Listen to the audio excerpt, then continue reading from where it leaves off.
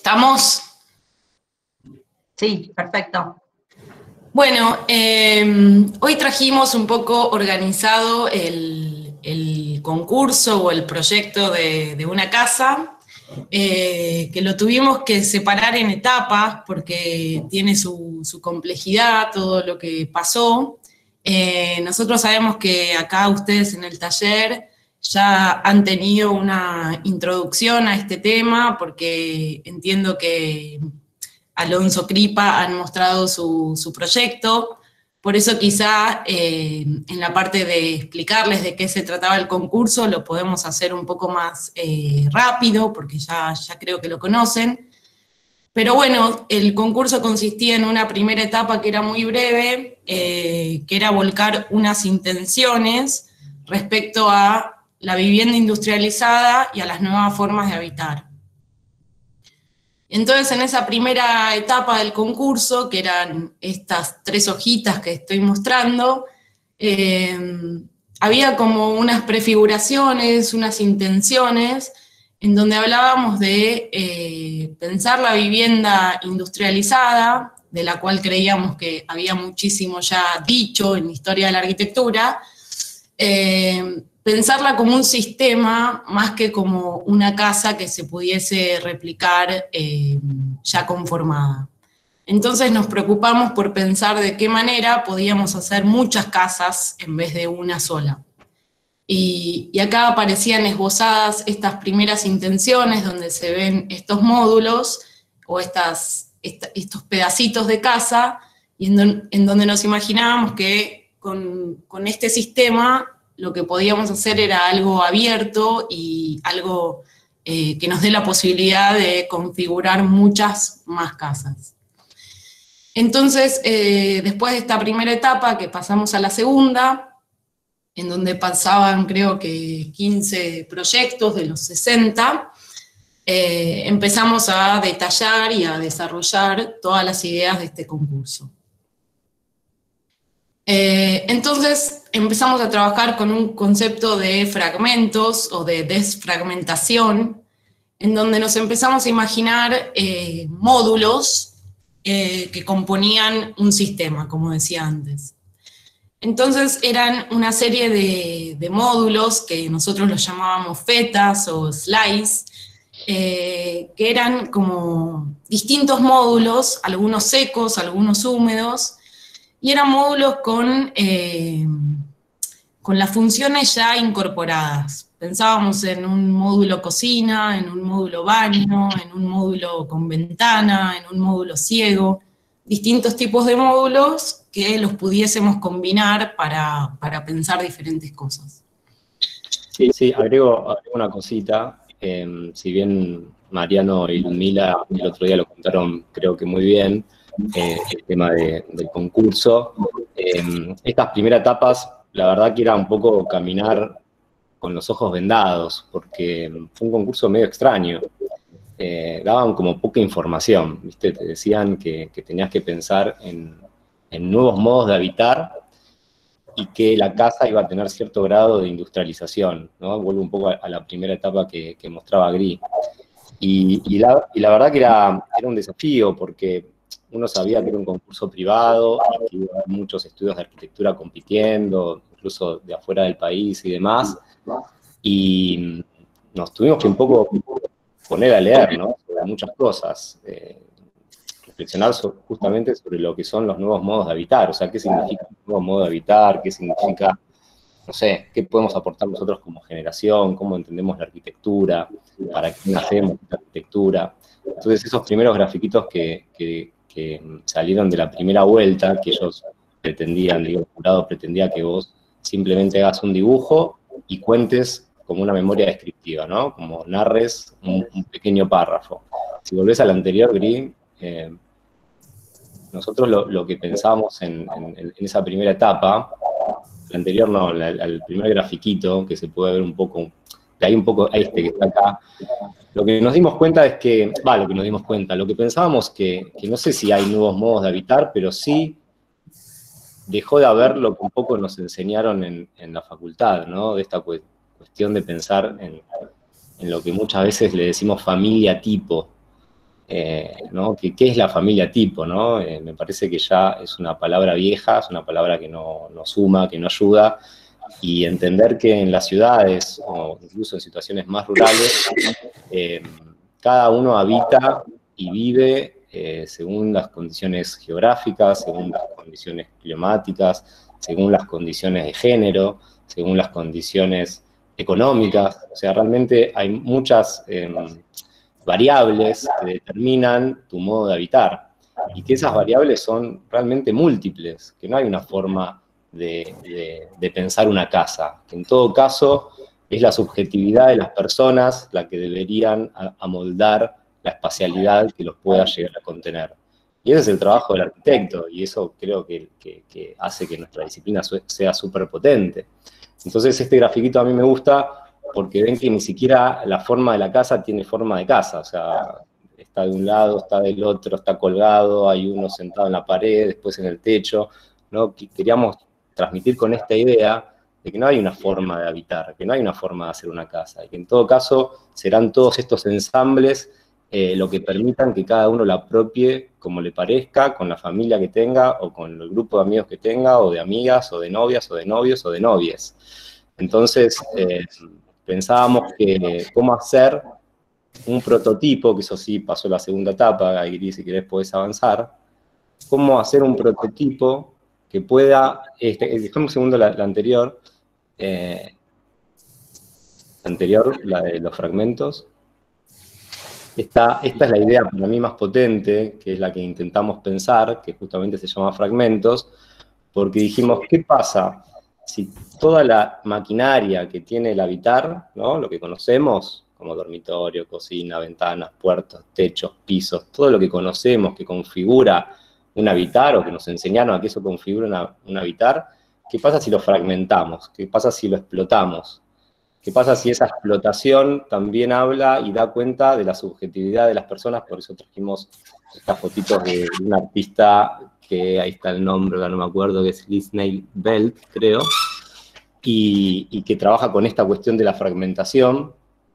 Entonces, el trabajo siguiente, cuando tuvimos la suerte de pasar a la segunda etapa, porque evidentemente la idea les pareció que podía funcionar, o sea, ahí pasaron todos los equipos que tenían una idea que podía llegar a funcionar para ellos, que todavía ni siquiera terminaban de contar cuál era un poco su flash, ¿no? Lo que tenían en mente para que en todo caso nuestra propuesta sirva. Entonces ahí sí, si podés pasar a la que sigue. Entonces lo que hicimos fue agarrar y fragmentar todo lo que nosotros pensamos que una casa, que repetimos, imagínense, infinidad de veces la palabra una casa, todo lo que una casa podía tener, ¿no? El módulo cocina, o sea, separamos en franjas lo que es una cocina, lo que es una pérgola, lo que es un baño, lo que es un acceso, lo que es un patio, lo que es una parrilla, lo que es, no sé, un lugar para guardar, un lugar para asearse, un lugar para vestirse, un lugar para desvestirse. Tratamos como de fragmentar todo eso y diseñar por lonjas cada espacio que contiene ese uso, esa necesidad de un hábitat. Entonces pensábamos que, por ejemplo, si esa casa la iba a habitar un cocinero, una pareja de cocineros, o varios cocineros, o varias parejas de cocineros, quizás van a comprar muchas lonjas del módulo cocina. Y quizás van a comprar muy pocas de módulo, no sé, otro módulo, el módulo garage, por ejemplo, que también estaba. Entonces, según la determinación de las personas, según la subjetividad de las personas, esta casa podía, de alguna manera, era nuestra intención, esa era un poco la propuesta del concurso, y ahora va a ir avanzando y lo va a contar un poco mejor, que vos puedas adquirir los módulos según tu subjetividad, según tu forma de vida, según cómo vos pensás apropiarte de ese espacio. Y un poco mechado, y ahora sí le dejo continuar a Gris, perdón que le interrumpí, y un poco mechado a la geografía, cómo también contemplar, que no es lo mismo que esté en la ciudad, que esté a orillas de un río, que esté en la Patagonia, que esté en el norte del país, que esté en el delta. Entonces, entre la geografía y los modos de habitar, o sea, la subjetividad de las personas, intentamos combinar este cruce en este sistema que estaba contando Gris. Sí. Igual, interrumpí tranquilo, vamos charlando. Genial. Bueno, entonces, estos módulos que llamamos nosotros, que es lo que Gaby decía, lonjas, estaban separados por esa función, ¿no? El módulo cocina, el módulo baño, el módulo placar, el módulo patio, y tenían sus variantes, ¿no? Porque no eran todos iguales. Estaba la cocina y la barra de la cocina, como empezaban a desprenderse cosas de cada uno de esos módulos, pensando justamente en que sea algo combinable y algo abierto a poder customizar o a poder armar como uno quisiera. Bueno, aparece esta situación de catálogo, el primero que vimos era en corte y ahora es en planta, en donde también tomábamos una proporción, una medida que respondía a algo que insinuaba un poco el concurso, que era una medida que sea modular a 33 centímetros. Entonces había módulos de 33, de 66, de 99, conformando estas tres rayitas, ¿no? Estas tres modulaciones. Y bueno, y este mismo catálogo que acá está en AXO es lo que nos empezó a permitir jugar y empezar a probar nosotros mismos combinaciones de casas. Después aparecía también como pensando que este sistema se pudiera ir agregando un sistema, un catálogo de accesorios que se podían como plugins meter adentro de los propios módulos que habíamos catalogado. Pues te puedo interrumpir, te vaya, me lo permitiste, así que lo voy a hacer más seguido ahora. Nada, volver al anterior, un toque. Una más, esa. Ahí vieron que Gris mostró el corte, mostró la planta, y acá ya está la configuración que ya pretende dar como cierta relación espacial. Me acuerdo en este proceso fue súper divertido, porque cuando teníamos que diseñar, por ejemplo, el módulo baño con esta condicionante que daba el concurso de 33 centímetros, que lo mencionó Gris, pero que nosotros todavía no sabíamos por qué, pero era una condicionante, después nos enterábamos, ya le vamos a contar en las próximas etapas. ¿Cómo pensar este módulo o los múltiplos de este módulo para poder configurar en esa feta un baño, una cocina, un patio, entendiendo que después eso tenía que generar cierto ensamble y que espacialmente iba a configurar, ahí sí, una casa determinada, optimizada, que también decíamos, ¿no? De vuelta, compro 5 módulos patio, le agrego un módulo acceso, 5 módulos cocina y 3 módulos cierre, no sé, estoy leyendo lo que aparece ahí, y bueno, se tenía que configurar algo que funcione. Entonces, la determinación espacial de cada módulo se fue pensando y diseñando para esta cuestión de adosar, volviendo un poco a la idea de los fragmentos, de sacar o poner, que el sistema nunca colapse, que siempre funcione.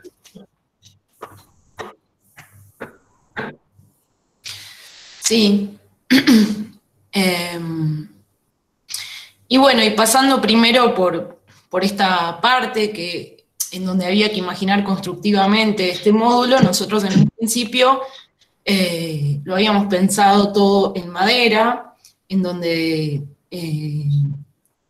hablábamos también de una madera de producción local, de forestación local, y pensar estos ensambles para que estén con sus respectivas aislaciones y sus respectivos anclajes para que funcionen siempre como una sola cosa. O sea, el módulo que esté todo construido. No es que llegaban las piezas sueltas, sino que la feta o la lonja estaba íntegramente construida y imaginábamos que se pudiera transportar en las cajas de un camión y que entrara el módulo completo adentro del camión. Es decir, que el usuario recibía toda esta feta entera, con un sistema también que suponíamos que tenga una especie de clip o de enganche entre distintas fetas para las configuraciones. ¿Bien? Genial. Bueno, entonces, a partir de ahí empieza como una parte que para nosotros fue muy divertida y que imagínense que con ese catálogo de Axos que mostramos en una filmina anterior, en el equipo que éramos en ese momento para este concurso, que éramos un montón, empezamos a jugar y a armar con esas piezas distintas casas. Entonces era muy divertido porque aparecían casas que alguien se las imaginaba entre medianeras, alguien se las imaginaba en el medio del campo, en un lugar con pendiente, y como que para cada caso íbamos prefigurando una posible casa. Y nos empezamos a detener un poco en esto de cuáles eran los modos de habitar, entendiendo que era un concurso que llamaba a tener una mirada actual acerca de los modos de habitar. Entonces nos empezamos como a hacer estos gráficos que quizá, claro, bueno, hablaban un poco de la construcción y la deconstrucción de esta familia tipo, y del hecho de entender de que no teníamos que pensar más en familias, sino en unidades de convivencia. Y pensar que esas unidades de convivencia pueden ser cambiantes, que no es que alguien conforma una unidad y esa es la que le dura para toda la vida, sino que puede tener nuevos agregados, divorcios, configuraciones, separaciones, bueno, infinidad de cuestiones, y pensábamos que la casa o el sistema de casas tenía que poder dar alguna respuesta de eso. Entonces nos imaginábamos agregar módulos o hasta mudar módulos, que una vez que la casa estuviese configurada, quizás si se agregaba un volumen nuevo con un paquete de fetas, o si en un futuro se quería desarmar, que se pudiese desmontar y transportar de vuelta en un camión y volver a montarla en otro lugar. Me llevo la mitad de la casa. Claro. Entonces ahí con eso empezamos a probar estas cosas, en donde ven que aparecen como viviendas pensadas quizá para estudiantes o para profesionales que quieran compartir una vivienda específica, en donde quizá aparecen módulos para casas para una pareja, que después se puede agregar más dormitorios, la de arriba de todo, que es la casa como más chiquita y más base que nos imaginábamos. Y así empiezan a aparecer muchas más, ¿no? La incorporación de patios. Y nos gustaba pensar que en planta eran siempre muy diferentes y que siempre estaban hechos con estos modulitos. Y a ver. Bueno, sí. Creo que está en internet, me parece que todos los PDFs de las entregas de todos los estudios fueron súper interesantes. La verdad que el concurso tuvo su nivel, cosas lindas, cosas malas, que ahora estaremos contando, pero lo que tuvo para mí lo más lindo es una publicación, ese libro, andar por acá, no sé si lo encuentro, lo traigo. No sé si todavía está a la venta, porque esto ya pasó varios años. Pero lo lindo de esa publicación es que están todos los trabajos de los 40 y pico, 50 y pico de estudios, no me acuerdo cuántos eran, y después los que pasaron a finalistas también, que están como más desarrollados. Y la verdad que los laburos están geniales, son todos de mucha calidad y sobre todo mucho pensamiento, porque lo que nos pareció lindo de este concurso es que primero te invitaban a reflexionar un poco lo que contaba Gris, y después pasabas a esta fase de, bueno, cómo materializabas esa idea. Entonces es un libro que recopila ideas y cómo se podrían llegar a materializar, y además con mucho rigor. Bueno, uno cuando está en concurso ya saben cómo es, le pone como energía, lo dibuja bien, arma equipos, se vuelve como un trabajo mucho más denso que quizás, no sé, otro tipo de trabajos que quizás a veces en los despachos o en los estudios no hay tanto tiempo para la investigación, aunque estaría bueno que sí lo haya, pero en este caso, para mí esa publicación, que creo que está en la web, vale la pena chusmear casi todos los proyectos que se presentaron.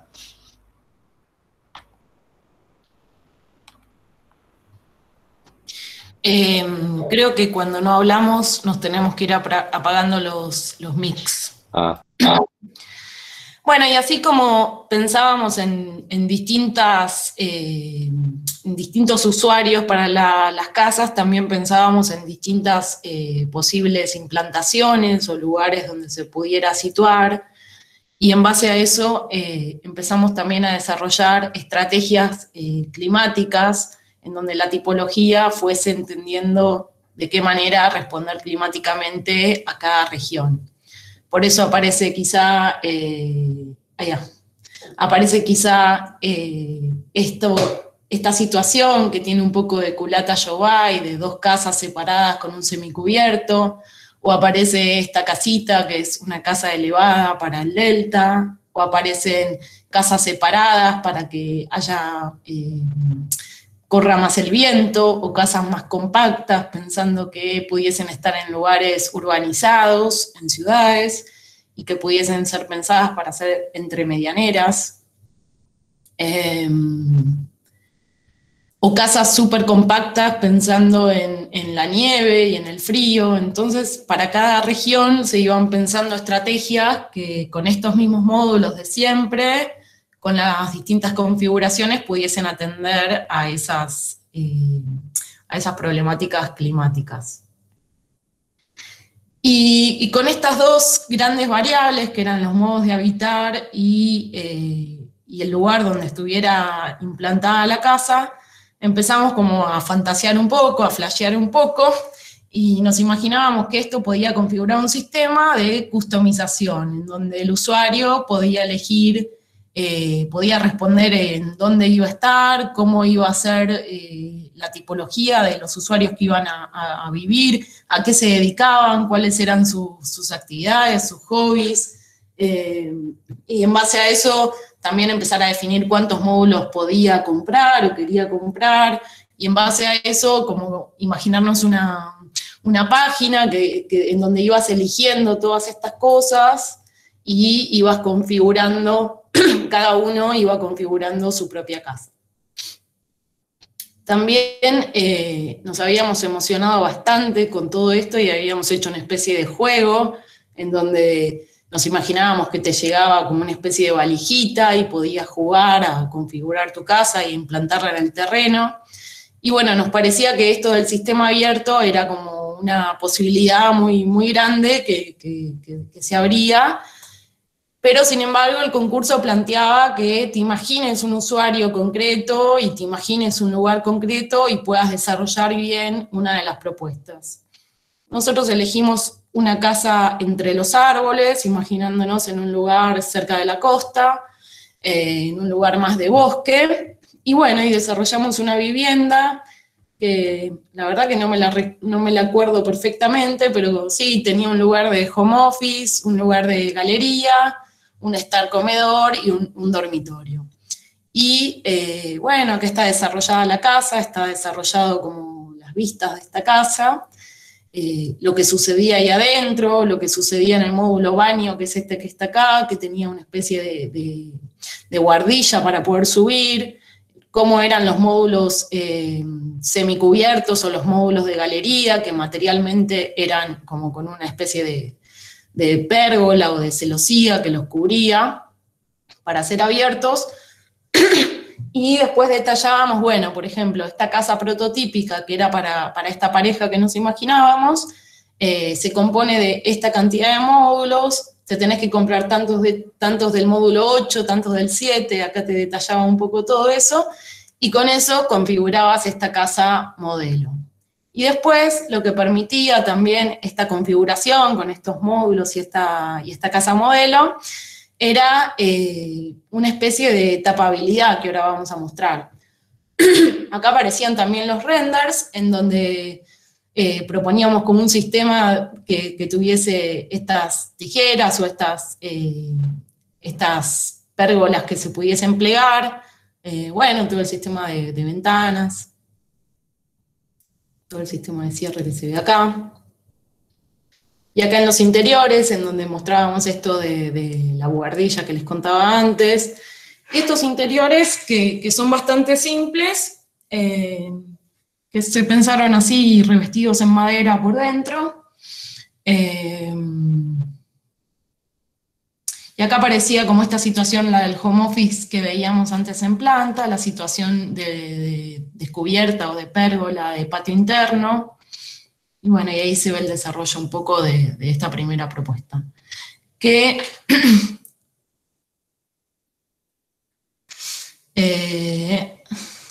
bueno, aquí hay más imágenes.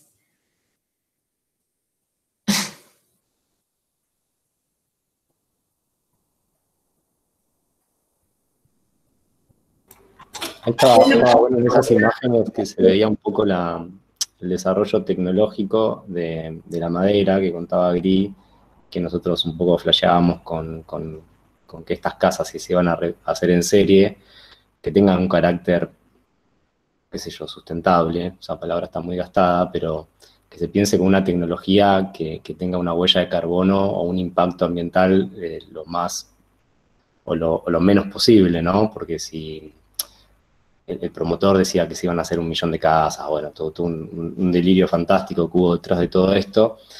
Entonces, si uno proponía un modelo de casa con una materialidad que pensábamos poco amigable con el ambiente, multiplicada por 1.000.000, y bueno, nos íbamos a sentir responsables de una catástrofe climática importante. De todas maneras, sabíamos que ese 1.000.000 de casas era muy difícil que se construyan, pero bueno, en una etapa de concurso uno no tiene forma de debatir con el promotor, en todo caso cumple o no con las bases. Nosotros, me parece que en algunas cosas no cumplimos demasiado, e incluso criticamos mucho esta cuestión de cómo estaba un poco planteado el concurso y de esta cuestión de la automotriz, de pensar a una casa como una industria automotriz, ¿no? O sea, no sé si traes ese debate ahora acá, pero sí le dedicamos como muchas horas de discusión.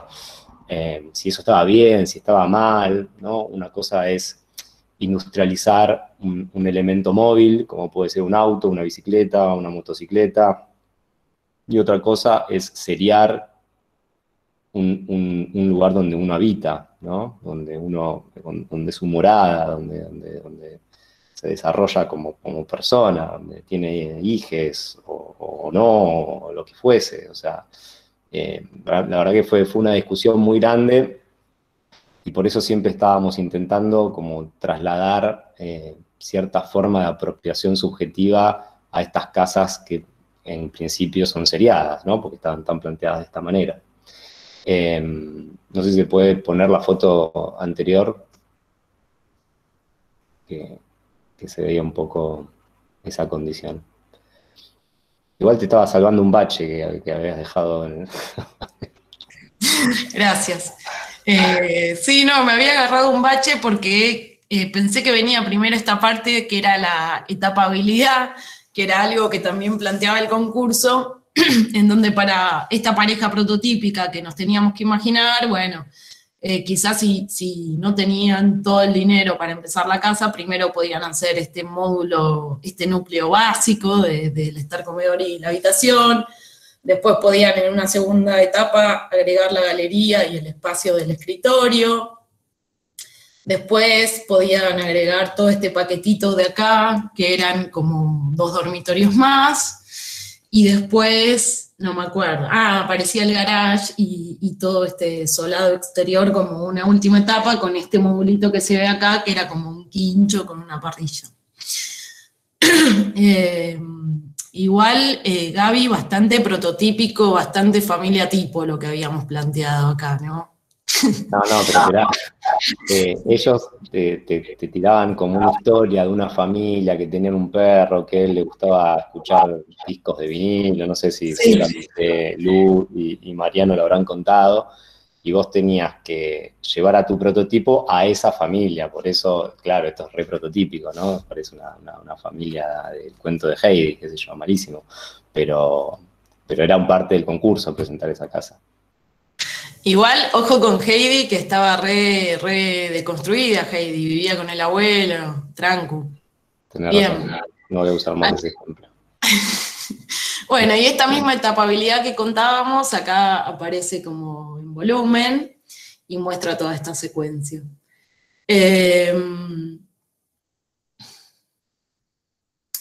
Bueno, y un poco para terminar esta etapa del concurso, lo que nos gustaba pensar de todo esto es como, como la visión de futuro que podía llegar a tener este sistema, en donde tenía por un lado esto de poder hasta tener una aplicación o una web para imaginarse cada uno su casa, podía tener esto de los cambios de configuración, tenía como esto que contaba Gaby de la visión de los materiales un poco en relación a la Argentina y a lo que puede producir la Argentina. Acá decía Plan Canje, que bueno, que era como algo de esto también, donde podían como recircular estos materiales y lo que quedaba en desuso se podía volver a usar ante una mudanza, en vez de demoler, quizás pensar otras posibilidades. Y nos gustaba pensar en esto como un sistema de código abierto. Bueno, y terminó el concurso. Estaba la web, ¿no? Habíamos hecho unas fotos de una posible web. Sí, las mostré recién, que mostré los hobbies que elegía cada usuario y se configuraba la casa. Bueno, y después de esto pasamos a la etapa 3, que quizá, bueno, ahora entran como cosas un poco más particulares que exceden el llamado del concurso más conocido, y en realidad empiezan a formar parte de un momento en donde el promotor decide hacer una casa, construirla en una locación específica y para una persona específica, que era la actriz Calu Rivero. Entonces quería hacer un primer desarrollo como para promocionar esta posibilidad de casas. Bueno, entonces nos convocaron nuevamente y ya en un sitio específico empezamos con nuestras fichitas, bueno, hacer lo que nos encantaba, jugar a los ladrillitos, digamos, modular en este terreno, ver cómo estaba orientado, dónde estaban las lindas vistas, cómo era la llegada, y en base a todo esto, que era en un barrio de José Ignacio de Uruguay, empezamos a configurar la casa, donde aparecen cosas que ya vimos, porque era todo con el mismo sistema y con la misma lógica que conté recién en el concurso. Bueno, y se desarrolla esta casa también pensada en un vagoncito largo y un anexo con 2 dormitorios más, que eran como un requerimiento de Calu, que eran como una especie de casa de huéspedes o casa para invitados, anexo. Acá está un poco el desarrollo en planta, que lo paso rápido porque es lo mismo que veníamos haciendo todo para el concurso, ¿no? Pero está desarrollada ya un poco más específico en lo que quería Calu, digamos. El terreno tenía un poco de pendiente, entonces tratábamos de absorber eso con la casa y con ese conector que unía las 2 casas.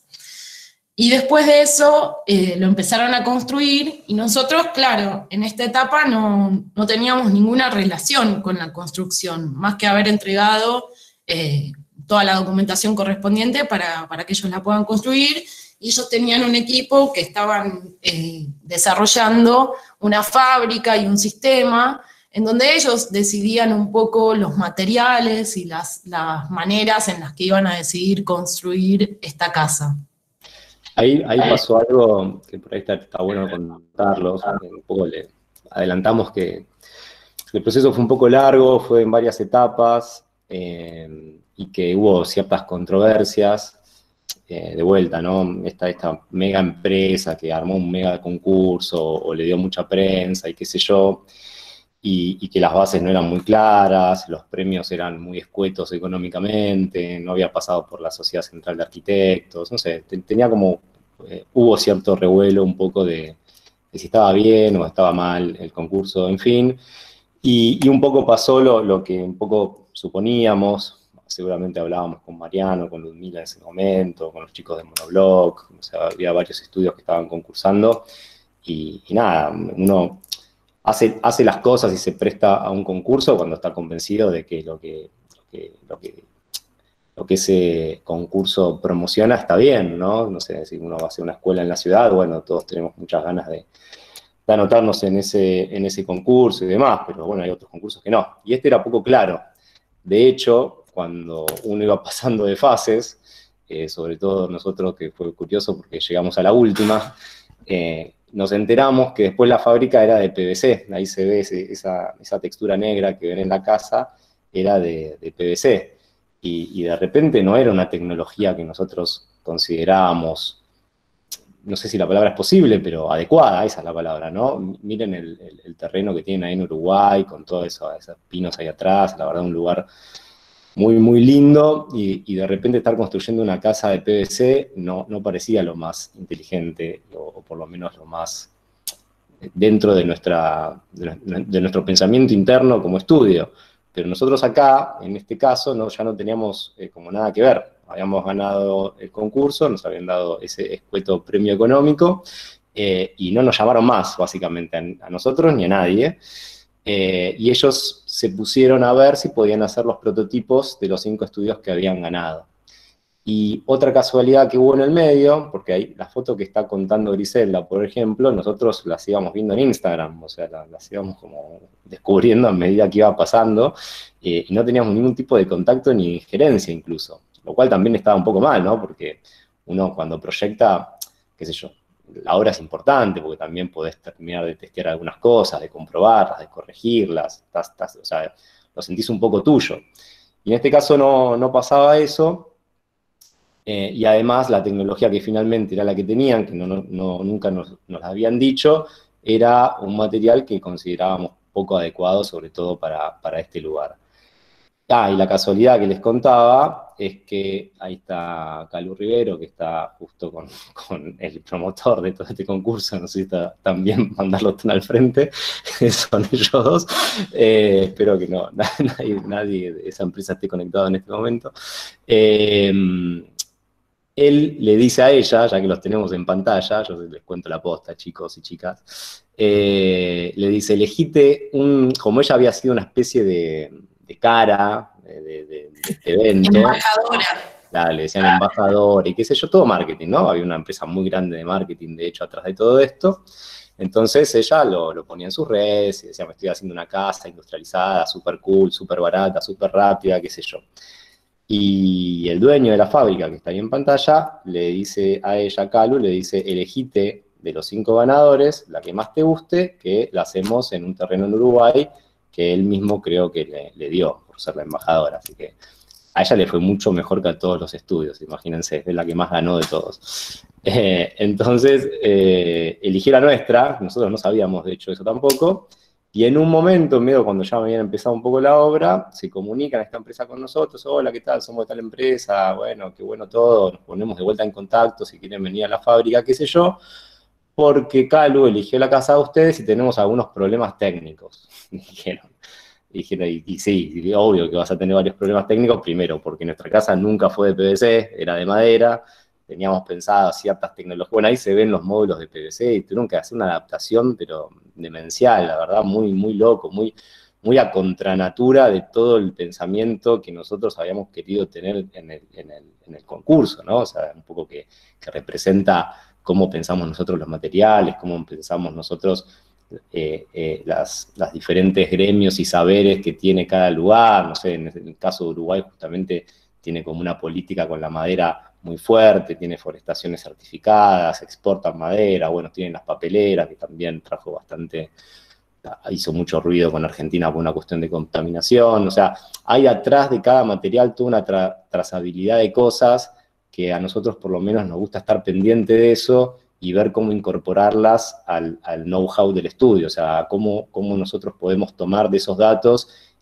y utilizar esas lógicas materiales que están muy atravesados con la política, por supuesto, y eso da un poco cuenta de la charla, del título que le pusimos a esta charla, porque justamente en esta casa pasó eso, ¿no? Hubo como un cortocircuito por intereses, ¿no? El dueño de esta fábrica tenía intereses, los estudios quizás tenemos otros intereses, y el usuario final quizás está a merced de un poco lo que está a disposición, o sea, los materiales que se terminan imponiendo y un poco lo que los estudios de arquitectura pueden sospechar o pensar que puede ser mejor para ciertas o cuales condiciones, ¿no? Y también somos responsables de que si nuestras producciones son de tal material, generamos tal impacto, no solo ambiental, sino cultural, social, económico, y si utilizamos otro, generamos otro impacto. Entonces, nosotros por lo menos queremos darle mucha importancia a eso, queremos poder estar atentos a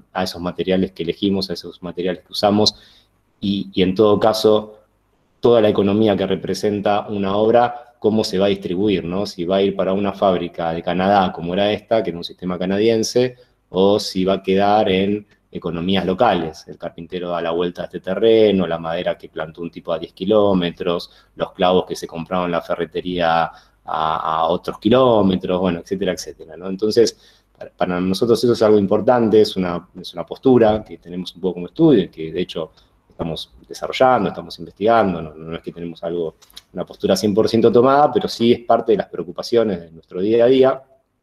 Y esta casa es muy divertida porque nos hizo, no sé, chocar contra la pared varias veces, ¿no? Porque nunca sabíamos si estaba bien que acompañemos este proceso o no. Finalmente, Grisi anda pasando, esta casa, así casi esa de la última foto, se detuvo, ahí la sonrisa de Calu fue creo que la última que tuvo en esa etapa, porque la casa la pararon, la empresa fundió, y esa casa quedó así, como la están viendo con ella, pero sin la sonrisa, digamos. No sé si hay un par más etapa 4 ya directamente. Bueno, no sé, ¿querés contarlo vos eso, Gri? Como quieras. Dale, cuento un poquito y seguís vos. Esa sí, perdón, esa foto es cuando la encontramos después, que no, en foto no se ve tan mal, pero hacía 2 años que estaba bajo la intemperie, bajo el sol, sin nada, sin revestimiento, sin vidrio, sin nada, adentro todo medio así, tirado. Claro, y lo que sucedió acá después de estos 2 años de que la empresa la había como abandonado o dejado de construir, bueno, es que nos convocó un poco por motus propio, nos convocó la familia de Calu, digamos, para ver cómo podíamos retomar esto, porque, digamos, la empresa no estaba más, y bueno, y se les ocurrió de muy buena manera llamar a los arquitectos para ver qué se podía hacer. Entonces fuimos, viajó Gaby para allá y se encontró con esto. Nosotros desde acá, desde Buenos Aires, estábamos como con bastante ansiedad para ver qué es lo que habían construido, y las fotos que nos iban llegando por WhatsApp, imagínense que no nos iban gustando mucho. Por ejemplo, estos parantes que se ven acá no estaban pensados de esta manera para nada. Esto nos parecía que estaba como bastante mal, las uniones de las cosas. Nos llamaba la atención la cantidad de caños corrugados de electricidad que había en esta casa, y claro, es porque la casa, o sea, estaba pensada con módulos, y esos módulos tenía cada uno su tomacorriente o su boca de luz, pero no era para que cuando ensamblabas todo en una casa pongas 10.000 tomas por módulo, ¿no? Salvo que quieras hacer un call center, para un call center y no. Claro. Entonces aparecían estas cosas como que nos llamaban la atención o nos chocaban un poco, y lo que empezamos a pensar después del viaje a Uruguay y del relevamiento que hizo Gaby, fueron estrategias como para tomar esto como una preexistencia, como algo que ya existe, como una especie no de ruina, pero de cosa a la que tendríamos que rediseñar arriba, porque no era el proyecto que nosotros habíamos diseñado, aunque tenía, por supuesto, muchas cosas, pero teníamos que pensar materialmente una solución o un nuevo camino para esto que habíamos encontrado acá. Está bueno eso de lo que hizo Gris, de separarlo en fases, porque realmente esto es como que ya el concurso quedó en la historia, esta casa no tenía esas modulaciones de poder ser flexible, estaba hecho con un material, ya lo dijimos, que no compatible con nuestras ideas, entonces fue casi como que algo que te encontraste y alguien te pide, por favor, cómo le podés dar un reuso o cómo le podés dar, en este caso, habitabilidad, ¿no? Cómo poder transformar eso en una casa. Bueno, esta es la última foto de esta etapa, y a partir de esto nos pusimos a desarrollar un plan para sobre esto poder proyectar.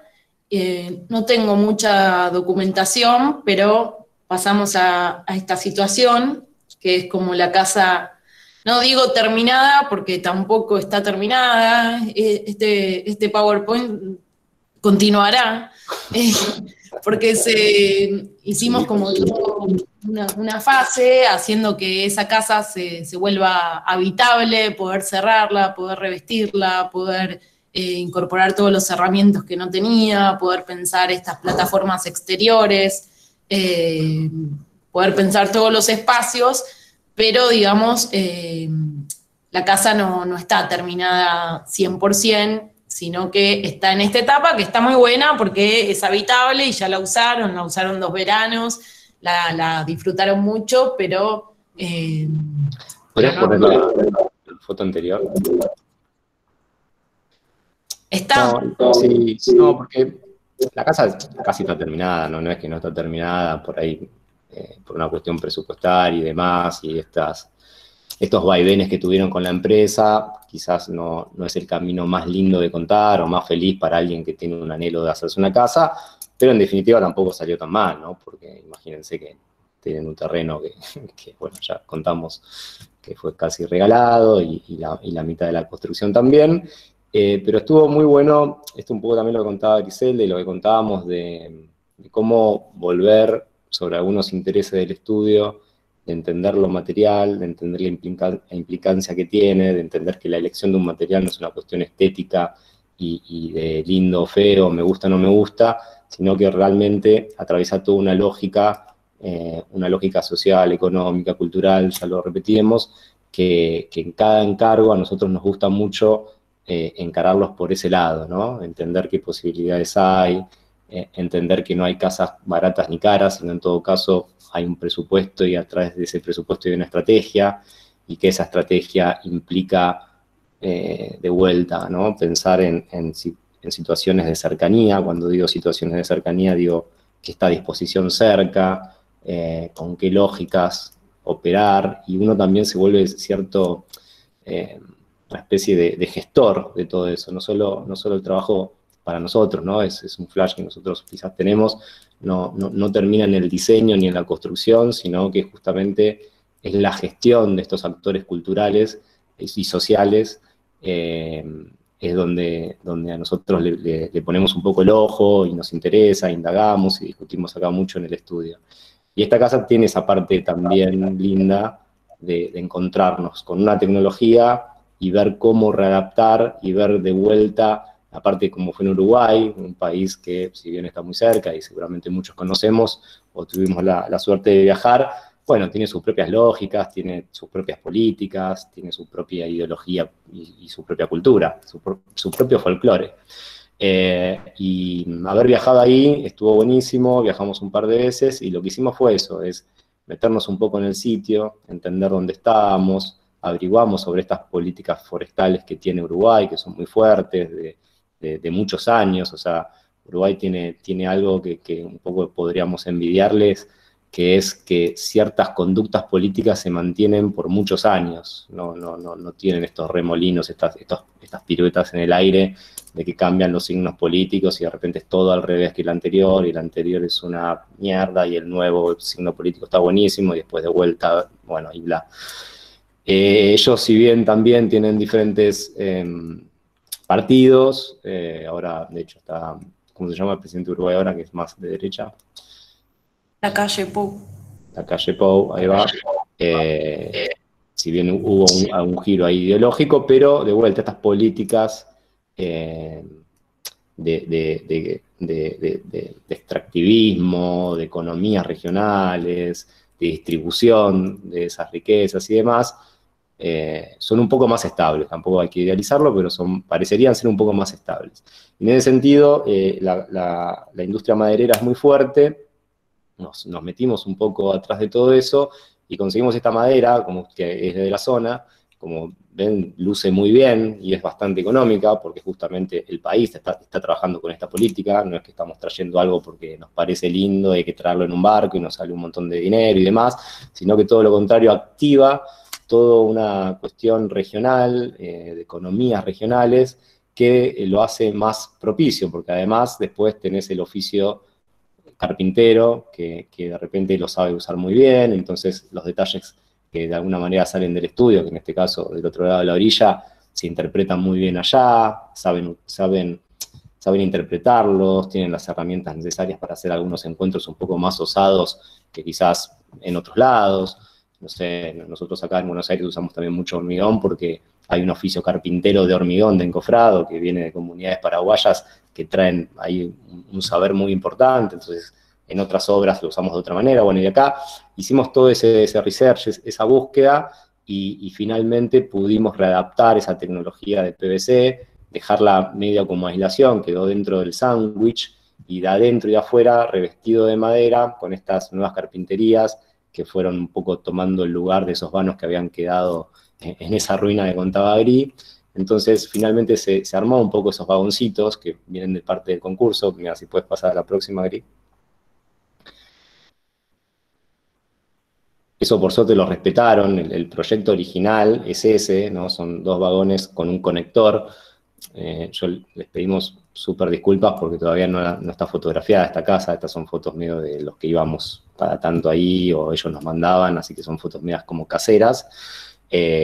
Ojalá en algún momento este verano, si salimos de esta situación de confinamiento, quizás alguien pueda viajar para sacar algunas fotos un poco mejor y mostrar un poco también esta última etapa que fue más artesanal, fue más del detalle, pero hay una foto un poco mejor que excede un poco al concurso, pero que en definitiva terminó siendo una casa para una familia argentina, que la usará en forma de verano seguramente, con las necesidades que ellos tuvieron. O sea, en definitiva, terminó adaptándose los módulos y la tecnología, pero de vuelta en forma artesanal, como todos sabemos hacer arquitectura, y no en forma industrial, como este concurso un poco ambicionaba. Sí, fue un poco eso, medio una paradoja, porque también con la familia teníamos como una muy buena relación y ellos nos planteaban que querían hacer algo en la medida de lo posible lógico, adecuado, sustentable, como que tenían un criterio razonable para terminar esta casa, querían que elaboremos algo razonable. Y claro, quizás lo más razonable, si estás en el medio de un campito en Uruguay, es llamar a una cuadrilla de carpinteros, ¿no? Y usar madera, que es bastante barata, y elaborar un plan con eso que tenés. Es como bastante más tirado de los pelos pensar en un revestimiento de PVC o en seguir la casa por ese camino, que no tenía tanto que ver. Por eso, bueno, a ver si... No, esta era la última. Nos faltan fotos. Continuará. Buenísimo, chicos. Gracias enormes a ambos. ¿No? Hay algo que acopla, Gisela, creo. Sí. Ahí, bueno, realmente muchísimas gracias, no solo por todo lo que contaron, sino por la sinceridad con la que lo contaron. Me parece que está buenísimo no enmascarar y también como en la facultad se hable de la vida real que tenemos los arquitectos y las arquitectas en la práctica profesional, donde no todo es como uno lo proyecta, y creo que esto que están contando ustedes, de tener capacidad de adaptarse y de tener capacidad de entender los cambios y poder proyectar con eso, terminar proyectando sobre una preexistencia, me parece que es súper interesante todo lo que contaron. Yo les voy a hacer 2 preguntas y después abro el espacio de docentes o estudiantes que quieran preguntar. Una de ellas es a Gabriel, que dijiste lo de los 33 centímetros y que después ibas a contar, que quedó que tiene que ver con la empresa que fundió, pero preguntarle por esos 33 centímetros. Y la otra, a cualquiera de los dos, preguntarles qué de lo que ustedes hicieron en este concurso, de pensar en los modos de habitar y no pensar en la familia tipo, y pensar en los cambios, y pensar en que las casas de alguna manera tienen que estar vivas, ¿no? Y ir esos cambios, qué de toda esa reflexión acerca del modo de habitar ustedes aplican en las casas que hacen en el estudio no necesariamente a través de un concurso, sino la producción del estudio. Bueno, empiezo por la primera, Tamara. Voy a aprovechar para agradecer, porque no tuve yo la posibilidad, de agradecerte a vos por la invitación, de agradecer también ahí a Lu, que se sumó, la veo por pantalla, a Mariano y bueno, a toda al taller Maldonado en general. Y en cuanto a los 33 centímetros, voy a lo específico, eso fue, seguramente los chicos lo saben, por el módulo de la máquina de extructora de PVC. O sea, la máquina que ellos tenían, que nunca nos habían contado que existía ni nada, solo nos habían hablado de la industria automotriz, ¿no? Como concepto, pero después no, de hecho nos alentaban a que propongamos un material, lo cual era más curioso porque ya lo tenían comprada la fábrica, entonces era mucho más piola quizás que nos digan cuál era la tecnología. Entonces la estructora tenía 33 centímetros y sacaba unos paneles que en una de las fotos que mostró Gris estaban acopiados ahí al fondo de la casa, que son unos recortes que quedaron ahí medio abandonados. Creo que perdí la cámara, pero no importa.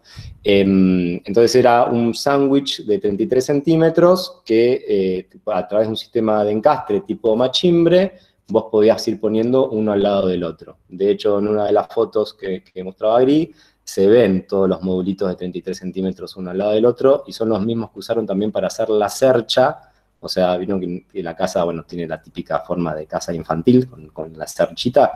Esa cercha estaba hecha del mismo perfil, y con los años y con el sol se derritió, o sea, se panzó toda, lo cual también generó como un problemón, porque no sabíamos si demolerlo, si no demolerlo, si utilizarlo o no. Bueno, finalmente se terminó como apuntalando, y con una cabreada de madera se volvió a riestrar toda la casa. Y en cuanto a los modos de habitar, también está bueno que Gris conteste esto, digo un poco mi opinión. Es verdad que cuando uno hace una casa unifamiliar, un poco tiene un comitente, ¿no? O sea que en todo caso lo que hay que descubrir es cuáles son los modos de habitar de ese comitente, y también un poco uno va contando algunas ideas en algunas discusiones que se pueden llegar a tener, de que bueno, que quizás lo que ese cliente quiere en ese momento tampoco es para siempre, y hablar de flexibilidad a nosotros nos gusta, y hablar de que, bueno, que esos modos que se están imaginando hoy, mañana pueden cambiar. O sea, un poco facilitamos que la experiencia tenga más que ver con no pensar cosas estáticas, sino más bien dinámicas. Después estará quien le parezca bien ese pensamiento, y estará quien no, que dice, mira, yo voy a vivir así toda la vida y necesito un baño en este momento, en este lugar y de esta forma. Bueno, eso cada cliente tendrá sus particularidades. Nosotros tampoco hemos hecho tantas casas como para tener un glosario de experiencias, ¿no? Pero donde sí le ponemos quizás un poco más de atención es a los edificios que hacemos en la ciudad, donde ahí sí no está determinado el usuario, ¿no? Ahí tenemos que pensar como unidades indeterminadas, y en ese sentido sí la discusión se vuelve más potente, se vuelve más rica, se vuelve más compleja también, porque ahí no es el concurso quien te está un poco dirigiendo, sino que es el mercado, por más que suene feo la palabra, pero un poco pasa eso, pasa las condiciones de relaciones de valor del suelo, las condiciones de relaciones de los diferentes barrios que tienen sus diferentes lógicas comerciales y sus diferentes valores. No es lo mismo, me imagino yo, construir en la ciudad que construir afuera de la ciudad. Bueno, tiene como un montón de determinantes, y que incluso también un poco pueden determinar a la tipología, ¿no? Pienso, ¿no? Puede haber edificios donde hacer unidades grandes según el barrio parecería estar bien, y hay otros contextos donde que de alguna manera hacer unidades pequeñas como monoambientes sería lo más adecuado, porque también de vuelta ahí el mercado es un poco quien regula alguna de esas cuestiones. Entonces, surfeando un poco todas esas limitaciones que uno podría pensar que tiene, de vuelta un poco a través de las discusiones en equipo, que es un poco la manera que tenemos de trabajar y que nos gusta trabajar, pensamos cómo hacer para que, si bien hay cosas que uno no le puede escapar del todo, no perder estas ideas o estas reflexiones de de versatilidad, de posibles configuraciones, de crecimientos o decrecimientos, de lugares de encuentro dentro de los edificios, de lugares comunes, de comunidades, de sociabilización, de relación con la ciudad, de los fuelles que tiene el adentro y el afuera, de si esos fuelles a su vez se le puede agregar relaciones vegetales donde también permitan cierta relación con la biodiversidad de la zona. Bueno, no sé, ahí le ponemos otros inputs que en todo caso para cada desarrollo dará diferentes resultados. Pero bueno, por eso quizás no estoy contestando tan específicamente, pero es un poco la globalidad de lo que nos interesa, lo que nos preocupa y cómo lo debatimos dentro del estudio.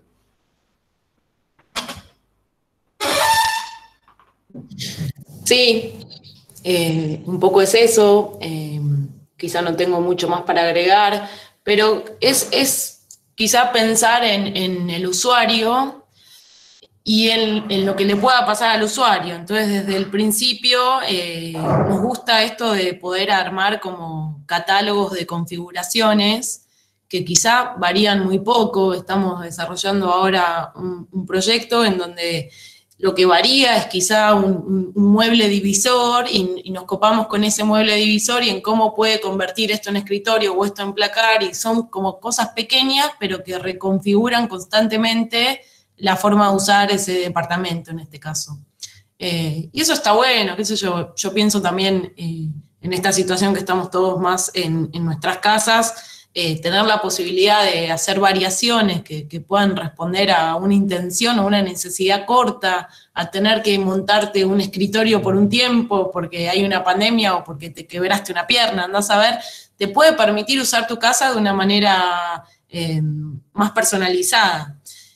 Eso no significa dejar abierto todo a que todo el tiempo pueda modificarse, pero sí pensar en las configuraciones y pensarlas cuando uno está proyectando en el momento del proyecto, ya tener incorporadas esas posibles configuraciones como una especie de opciones dentro del mismo proyecto. Me imagino un poco eso.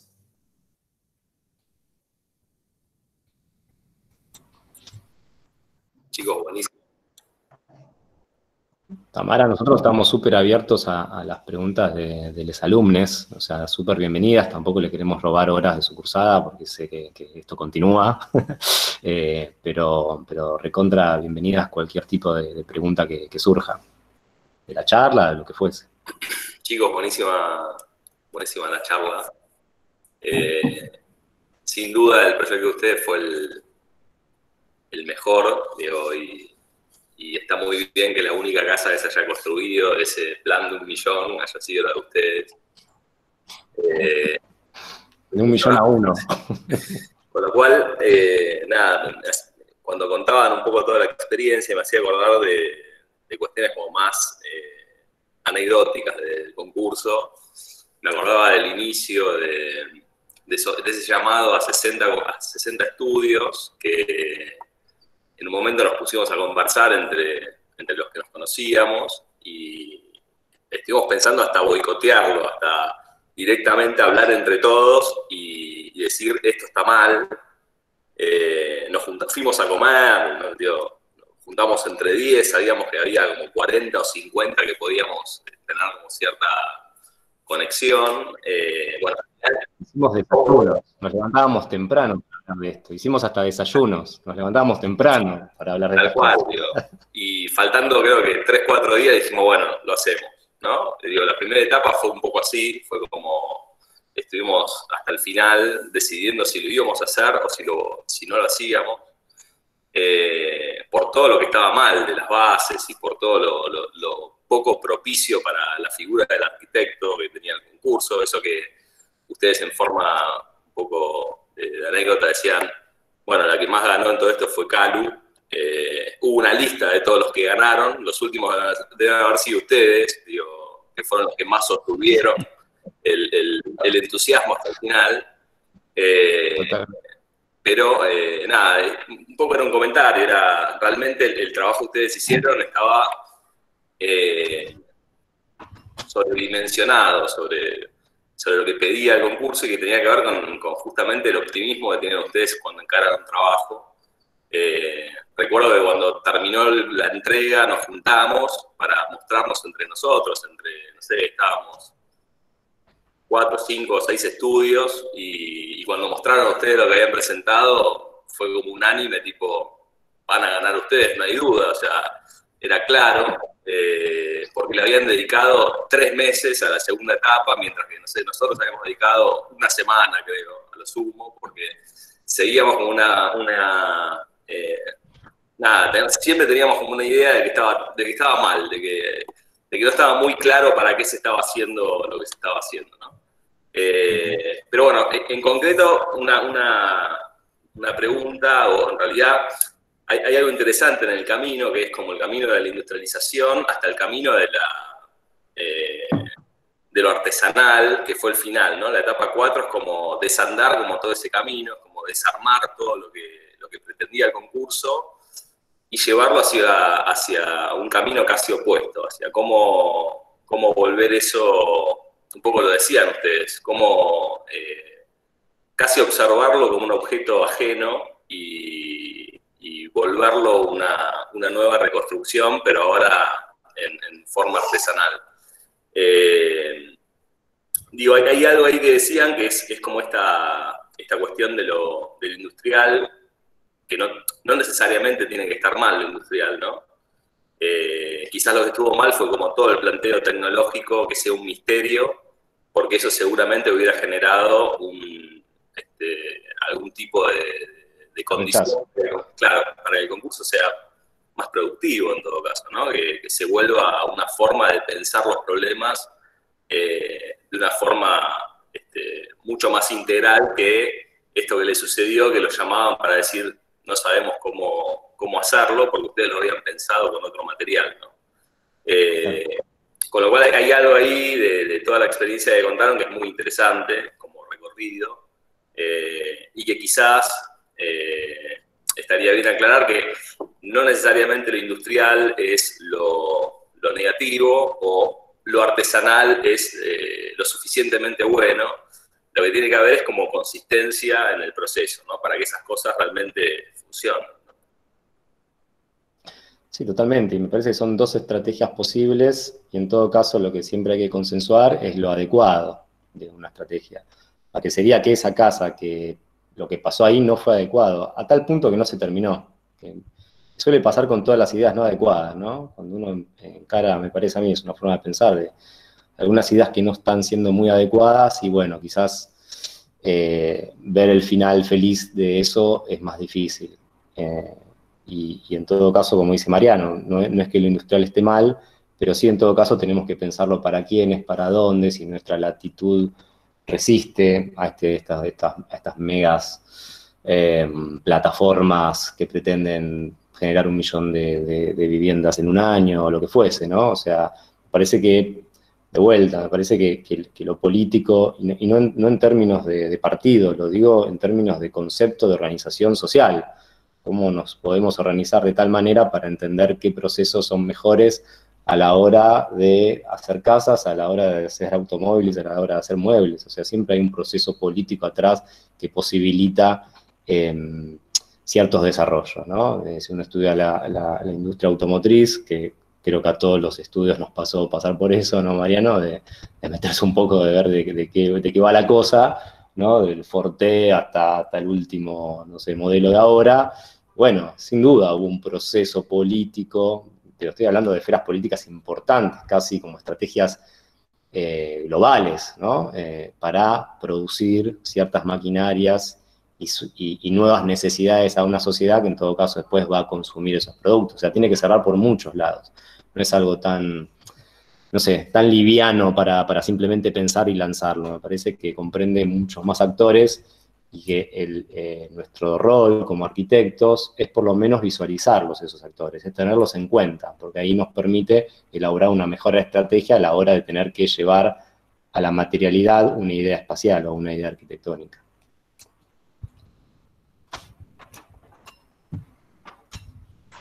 Bueno, ¿quieren hacer alguna pregunta? Sí, Juan Cruz. Sí, perdón, interrumpen. Bueno, gracias. En principio quería consultar, tenía una intriga.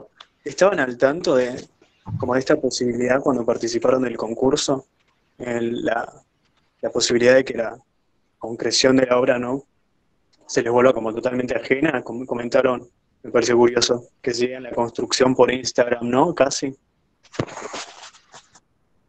Sí, eso estaba un poco insinuado en las bases del concurso. El concurso nos llamaba a todos a hacer un proyecto y especificaba que después la empresa, la desarrolladora, se iba a encargar de la construcción de las casas y que se las podía vender a quien quisiera.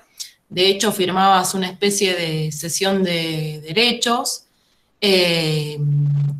dejándoles la libertad de hacer la cantidad de casas para quien quisieran, y planteaban una especie de royalty no me acuerdo, pero era como que cobrarías algo de $35 por cada casa que se iba a construir, y un poco el planteo que se nos hacía era como que iba a ser un montón de plata, porque como si iban a ser 1.000.000 de casas, multiplicabas 1.000.000 por 35 y eras millonario.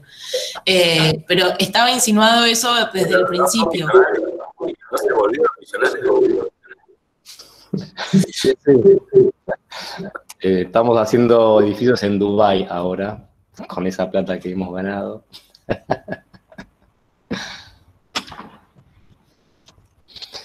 Esa era una de las cosas que más criticábamos del concurso, que bueno, también esto que decías vos, Mariano, de esta primera instancia de la intención del boicot, que me resulta graciosa la palabra, era un poco porque también como generación y como colegas y como equipos teníamos que pensar, está bueno que esto suceda, que no interfiera la Sociedad Central de Arquitectos, ni la FADU, ni el CEPAU, ni nada, ni FADEA, está bien esto así, lo queremos aceptar, porque en definitiva son unas reglas del juego que estábamos aceptando todos, y lo que me parece a mí es que era un desafío que te motivaba, pensar en que se podían hacer viviendas industrializadas en la Argentina y que alguien quería hacer ese desarrollo. Entonces, bueno, una vez que decías, bueno, no al boicot, sí a hacer el concurso, era un re lindo concurso, porque lo que pide está buenísimo, y porque arquitectónicamente resolver eso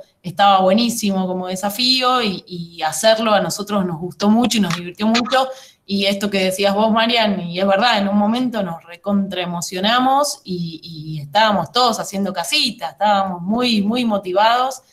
No mostramos fotos de la maqueta, pero había una maqueta con un cariño que éramos muchos y muy, muy contentos con el proyecto. Era una Por etapa eso, manija del estudio, le decimos la etapa manija. por eso digo que, o sea, que fue bastante inteligente cómo lo hicieron, porque los premios económicamente eran bajísimos, las condiciones eran desalentadoras, pero era muy convocante el tema. Entonces, tuvo éxito por ese lado. Claro. Buenas. Quería hacer una pregunta. ¿Se escucha bien?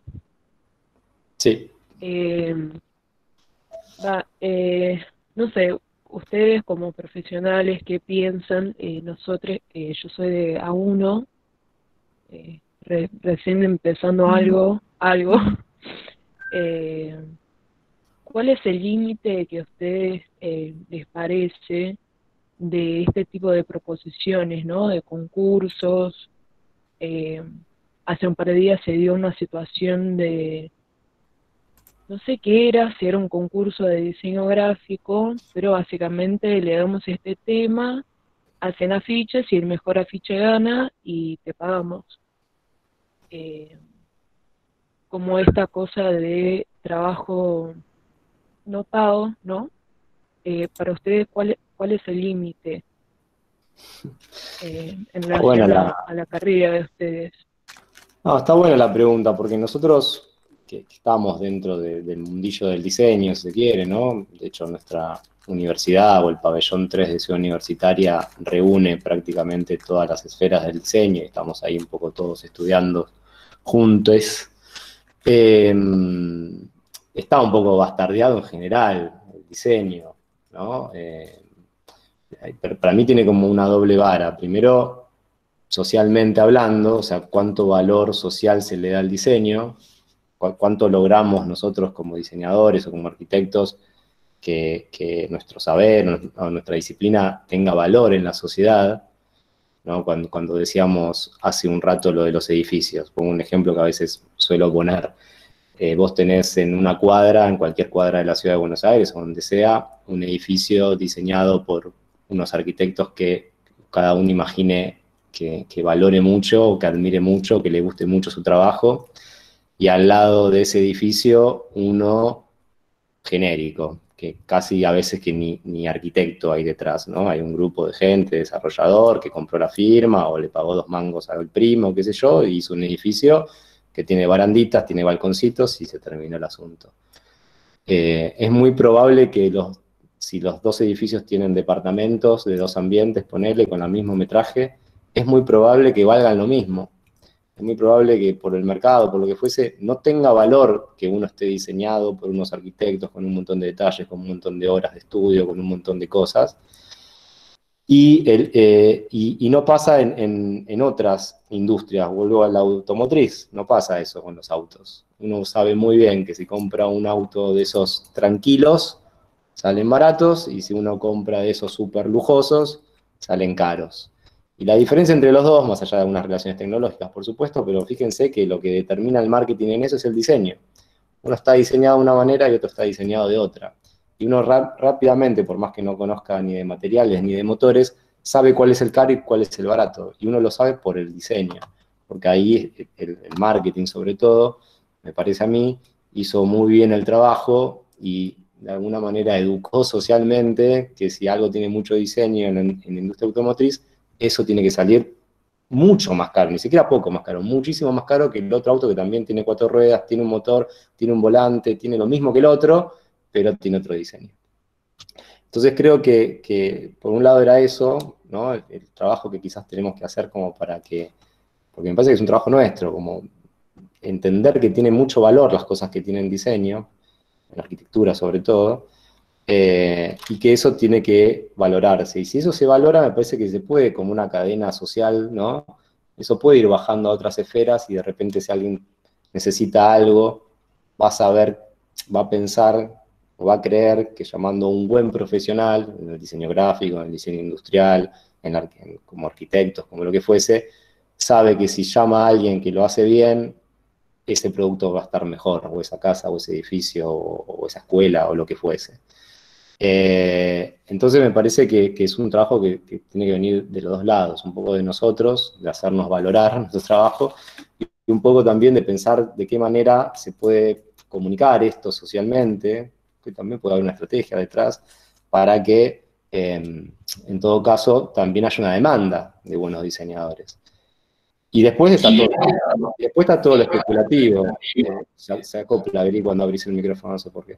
Y después todo lo especulativo, que es que todas las personas que se abusan de justamente la poca demanda que puede haber, por lo mal pago que está la profesión, entonces este tipo de concursos, o lo que vos contabas recién, abren canales para que la gente trabaje, sí, sin duda, gratis, básicamente. ¿Ahí acopla? No. No, y con respecto a lo que preguntaba Ana Cecilia, que pregunta cuándo está ese límite, bueno, este concurso fue un poco particular, pero en realidad lo que decís de los afiches o los concursos en general son una gran posibilidad para acceder a encargos que quizá no podrías acceder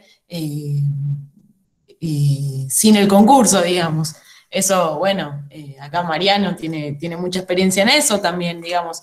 Es un poco una apuesta, y creo que en el momento que vos decías estoy empezando en esto, o estoy empezando en la carrera, bueno, el concurso es una forma de invertir tiempo, invertir trabajo, y que podés como ganar y acceder a la posibilidad de un encargo, o a un premio, o a la posibilidad de que un proyecto se haga. En ese sentido, creo que quizá cuanto más joven sos, más energía tenés y más tiempo tenés para poder participar en este tipo de cuestiones, y quizá cuando estás más grande empieza a ser necesario que sean valorados como corresponde, que los premios sean acorde a lo que está pidiendo el concurso, si están pidiendo un anteproyecto, que el premio sea para un anteproyecto, si es proyecto lo mismo, y por eso un poco esto que decíamos medio en chiste, medio en serio del boicot era porque acá había como una cosa no tan justa, pero no sé si responde un poco esto que preguntabas de hasta dónde participar en este tipo de cosas. Yo el concurso lo veo súper bien, ¿eh? Yo lo que veo más son los concursos espurios, o sea, los que tienen como cierta trampa para en todo caso tener material de gente que se puso a laburar y no pagarlo, básicamente eso. Después los concursos bien hechos, sobre todo los que están, qué sé yo, resguardados con ciertas instituciones, que le dan quizás un poco más de seriedad, que la institución lo que supuestamente debería velar es por los intereses tanto del promotor como de los que van a participar. Entonces ahí fija pautas, pone premios relativamente considerables, como que si en todo caso uno lo gana, pueda mantener el estudio y todo el aparato que puso y toda la estructura que puso en juego para que ese concurso pase. Bueno, no sé, esas relaciones cuando están equilibradas, uno las super festeja, porque como bien dice Griselda, es una oportunidad que tenemos todos y todas como para pensar y llegar a ideas que de otro lado, de otra forma quizás no se pueden alcanzar, y además porque finalmente algunos lo ganan, como es el caso de Alonso Cripa, ¿no? Que tiene un hándicap muy alto y que está muy bien porque participaron en un montón de concursos y lo ganan, se construyen y me imagino que cobrarán. Nunca les hice esta pregunta confidencial, chicos, me imagino que le pagan, ¿no? Cuando ganan los concursos, o tampoco. Bueno, a veces no parece, pero deberían pagarles. Pensaba, chicos, hola, gracias por hablar. No, estaba pensando mientras comentabas esto, Gaby, que a veces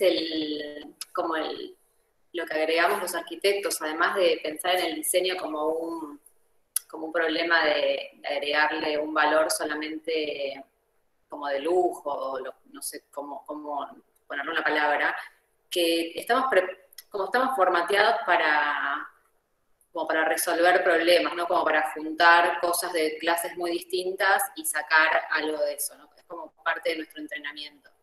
Y pensaba que el concurso si vos lo planteás de nuevo y decís, tengo una industria que es capaz de desarrollar algo y tengo un montón de mentes pensando en cómo hacer de eso algo productivo, en un país como el nuestro, donde la industria es chica, pero el déficit habitacional es enorme, podría haber sido espectacular, podría haber sido un plan para resolver un problema real que existe a gran escala en el país, que probablemente era más necesario que pensar una vivienda de lujo a gran escala repetible, ¿no? Es como que me parece que el concurso estaba mal apuntado hacia quién se dirigía o hacia darte las herramientas para, como vos decías, si me decían desde el primer día que era una fábrica que extruía PVC, lo pensaba de otra manera. Creo que por ahí lo que decantó el concurso, lo que capitalizaron ustedes, bueno, ustedes capitalizaron también poder llevar adelante la experiencia, pero como conocimiento hubo como en ese libro volcado un montón de ideas de un montón de arquitectos, pero que por ahí hubiera sido 1000 veces más productivo y por eso hubieran construido 1 millón de casas si como lo que requerían de los arquitectos era usar no solamente pensar en el diseño como una cuestión como de lujo para determinada clase social o para gente que podía pagarlo, sino cómo diseñar en relación a una tecnología específica y un problema. Totalmente, sí, eso hubiera estado buenísimo y por eso, bueno, cuando Marian contaba que nos juntábamos con Lu y demás y a charlar, era porque era engañoso, porque de hecho en un momento, me acuerdo en la inauguración, que creo que fue en el Malva, se habló de que esto puede llegar a ayudar a combatir el déficit habitacional de este país, y ya eso era ya jugar sucio, porque después el primer food truck para hacer publicidad estuvo en Nordelta, entonces había algo que no estaba cerrando, ¿no? Entonces, esos engaños que tuvo este concurso fue lo que nos hacía reunir a nosotros y pensar de qué manera, si teníamos una herramienta para poder llegar a hacer algo, qué sé yo, no sé si la palabra es denunciar, pero sí, por lo menos dar nuestra opinión. El problema que nos encontrábamos es que no podíamos decir nada, porque en todo caso una persona tiene el derecho de comprar la empresa que quiere, vendérsela a quien quiere y llamar a concurso a los estudios que quiere en forma privada. O sea que el derecho está, uno no puede denunciar algo. Lo que quizás no era muy compatible era ideológicamente con nuestra postura, pero no lo sabíamos tampoco, entonces como que íbamos avanzando. Nosotros tuvimos la suerte y la desgracia de llegar hasta el final, como decía Marian, pero bueno, fue divertido igual la experiencia y hoy es gracioso porque esta charla un poco también nos hace recordar todo lo que sucedió, que ya pasaron algunos años.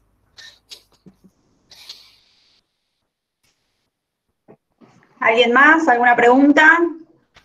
Sí, yo quería hacer una pregunta. Claudia, ¿Me escuchas? adelante. Sí, se te escucha, Claudia. Yo me quedé pensando en lo que dijo Griselda, en esto de los modos de habitar, que planteó esto de la pandemia o de tener un accidente y quebrarte una pierna y quedarte en tu casa. Y me quedé pensando en las personas con discapacidad, ¿no? Que ellos tienen modos de habitar muchas veces muy demasiado diferentes a nosotros, y quería saber en sí las posturas que toman ustedes. O sea, yo tomo que a veces nosotros como arquitectos, o como futuros arquitectos, tenemos esto de que hay que generar espacios para favorecer el hábitat de las personas, ¿no? Y a la vez se nos pide que tenemos que tratar de ser lo más, ¿cómo se dice? O sea, no podemos derrochar nada tampoco. Y a veces me parece que esto de la inclusión,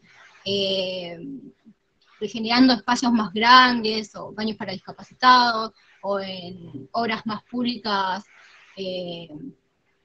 baños unisex, digamos, como hay ahí en la facultad, como que a veces se dificulta un poco. Y yo quería saber, ustedes, qué postura toman cada vez que hacen una obra desde una casa o algo más público, ¿cómo se llama? ¿Cuál es su posición ante eso? Ante esas personas y ante sus modos de habitar. Esa sería mi pregunta. Sí, está bueno lo que traes porque es importante, y mucho de lo que sucede con tu, digamos, con tu inquietud es que en los códigos de edificación y en los códigos que regulan la construcción en la ciudad, ese tema está tratado y hay todas unas normativas que corresponden a las medidas y a los anchos y a los pasos que deben tener todos los edificios para que puedan ser usados con silla de ruedas, y pueda girar la silla de ruedas, pueda entrar en un baño y todas estas cuestiones que vos traés. Quizá en el momento de una casa particular, muchas veces lo que sucede es que las casas directamente son tratadas con el comitente, con el usuario final. Entonces, en ese sentido, es como son pensadas un poco para ese usuario. Donde sí aparece lo que vos decís, Claudia, es quizá en el momento de hacer edificios públicos o edificios de vivienda en la ciudad, que tienen ya obligatoriamente todas las cuestiones de discapacidad y de accesibilidad metidas adentro, y que con el correr del tiempo fueron ganando cada vez más espacio, y eso está muy bien. Entonces uno ya tiene incorporado, como seteado, que cuando hace un pasillo tiene unos 50, y ya sabe que en las plantas bajas va a haber un baño con tales dimensiones, y lo tiene incorporado. No sé si te estoy respondiendo la inquietud o más o menos. Sí. Bueno, qué sé yo, en el código de edificación es un tema muy importante, y hay un montón de leyes anexas con el tema de accesibilidad que no son menores, son muy importantes, y en todos los edificios de vivienda de Capital Federal eso está súper incorporado. Sí, yo más que nada, por eso que decimos, a veces suele pasar accidentes y los espacios creados no son adecuados. Y a veces no es algo que uno lo sucede, como en la pandemia, donde hay muchas personas que antes estaban en hospitales y ahora o se tienen que quedar en su casa por el tema donde tienen que cuidarlos las familias y esas cuestiones. Y se me puse a pensar eso. Por eso más que nada Tu micrófono acopla, Green, no se puede escuchar muy bien cuando habla otro. no llegó a escuchar lo que dije. Yo no escuché mucho, perdón, me la perdí la última parte, se acoplaba. No, nada, que me había puesto a pensar eso en esta época de pandemia, y no tan en pandemia, de que a veces suelen pasar accidentes, no es que uno los espera, y los espacios no son acordes, o sea, y no sé. Sí, quizá la pregunta es, bueno, ¿cómo la arquitectura puede absorber esto que vos estás diciendo? No sé, yo estaba pensando cuando hablaste algo de igualdad de género o diferentes formas de pensarnos, yo creo que ahí es más el urbanismo el que está un poco haciendo punta en nuevas teorías, en nuevas formas de transitar la ciudad, en descubrir que hay zonas que parecería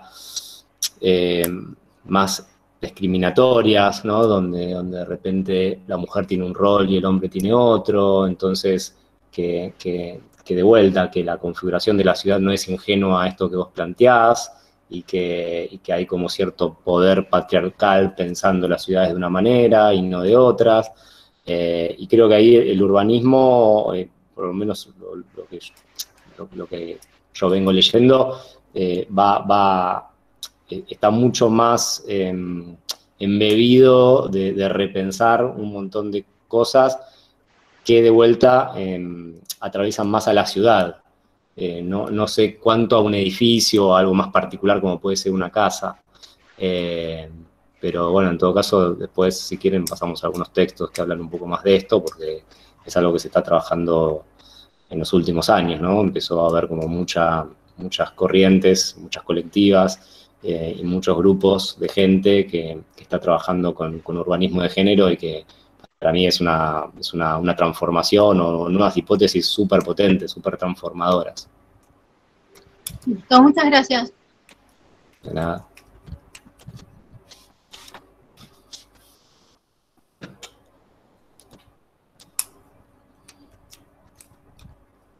Bien, ¿no? ¿Cómo seguimos? No, vamos cerrando y despidiendo. Bueno, gracias a todas y a todos de vuelta. La verdad que estuvo buenísimo. Acá abrí el chat hace un rato y había un montón de cosas que no estaba leyendo, pero... Nadie toma la posta. Gabriel y Griselda una vez más.